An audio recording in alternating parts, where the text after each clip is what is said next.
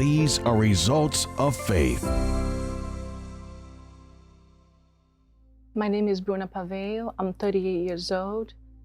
And everything started when I was 13. I was depressed because I suffered a lot of abuse from my parents. And then as I was growing up as a teenager, I met a boyfriend, and his sister introduced me a fast way of making money. She didn't go straight out talking about the prostitution. She told me that it was just dancing. Like you put a pair of bikinis and then you dance for the guys. But you have to do everything to call their attention so you can make the money. Because if you don't do the things that you're supposed to do in there, you're not gonna make anything, and the other girls, they're gonna walk out with a lot of money and you're not gonna make anything. I was very embarrassed in myself.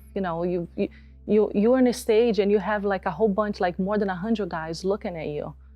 And then you have to go down the stage and dance privately to them, to each one of them.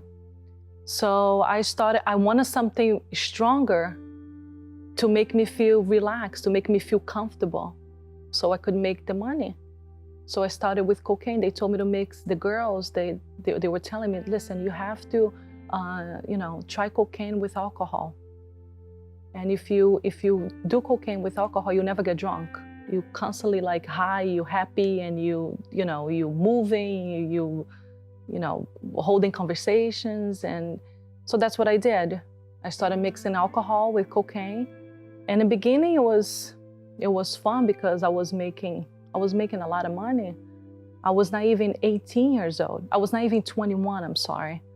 Not even 21. I remember that when I started working at this bar, I had a fake ID. And after, a couple years just, dancing, you had to do a little more than dancing. I had to use drugs, I had to drink, so I could, use my body to make money. When you're in a business like this, a lot of things happen. It's a lot of fights. Some guys, they tell you they're gonna kill you. If you don't do what they want, they're gonna kill you. So I used to make at least $2,000, sometimes more, per night. And that time, my mom was already going to church, the Universal Church. She used to tell me, you have to go to the Universal Church, they're gonna help you. And I used to tell her all the time, why am I gonna go to the Universal Church? The church is only for old people. I'm not old, I wanna have fun. Some guys, they used to come to the bar with money. So you had to make them your friend. So every time they would come, they would sit only with you. They would be only with you. And I had one that every time he came to the bar, he used to give me a lot of money. So we started dating, we moved in together. He asked me to marry him. We got married. But all these years that we were together, he used to hit me. I remember that one time, we went to a friend's barbecue, and when we got home, he hit me so much that he threw me a huge vase, a glass vase, and it cut me right on my shoulder. And that was the time that I had a chance to grab the phone, and I locked myself in the bathroom. And that's when I called the police on him. That's the time that he asked to divorce me because he was having a relationship with my best friend. The girl that was to work with me at the bar, she used to come to my house, and then I found out that they were dating. When my ex-husband told me that he didn't want to be with me anymore, that he had someone else, I took all the pills. That was my first time trying to suicide. And then the second time was in front of the church. And I threw myself in front of the car. The guy got out of the car. He goes, are you nuts? Are you crazy? What are you doing to yourself? And I was sitting on the sidewalk in front of the church for a long time crying. And that's when I was able to walk in. Right there, when I was sitting down, I told God, I was like, if I could have one more chance, because I was young. I wanted to live. I wanted to live, to have a normal life. And I walked into church. I remember that I was a mess. I was so depressed that I was weeks without taking a shower. I stunk. I was on my pajamas. And when I walked in, the pastor that was there, he was very nice to me. He welcomed me. He sat down with me. He spoke to me. Nobody judged me the way I was dressed, the way I smelled, because I could smell myself. Nobody said anything. He prayed for me. And he sat down with me, he spoke with me, and then when I left it different. I left like something heavy came out of my shoulders. And I went home, and that was my first time that I slept. I slept because every day I used to take pills to go to sleep. And that was my first night that I slept all night long. And then when I woke up, that's something that caught my attention. I was like, oh my goodness, I didn't take anything. I didn't use cocaine. I didn't have to use alcohol. I didn't have to take pills. I just slept. And because that caught my attention, I came back. But even though I came back, I was still going to work at the prostitution, you know? I was still at the go-go bars. I came for weeks and weeks. And then I realized that I wasn't making money anymore. I was very stiffed at work. And right there was God talking to me, because I felt embarrassed. I couldn't use the drugs anymore. I was like, there's something wrong with me.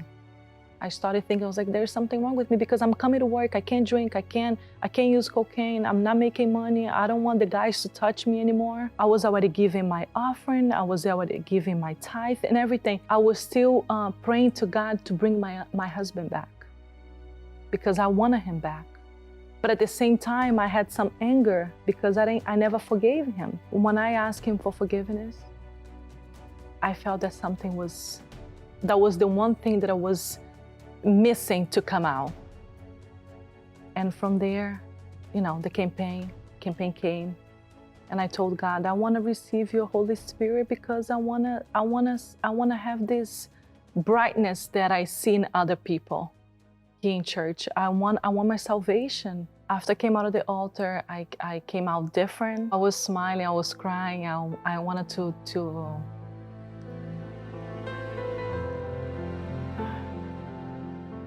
the day that I received the Holy Spirit was the most, like today I'm married, but there's nothing that will fulfill the happiness of you receiving the Holy Spirit, because of everything that I went through.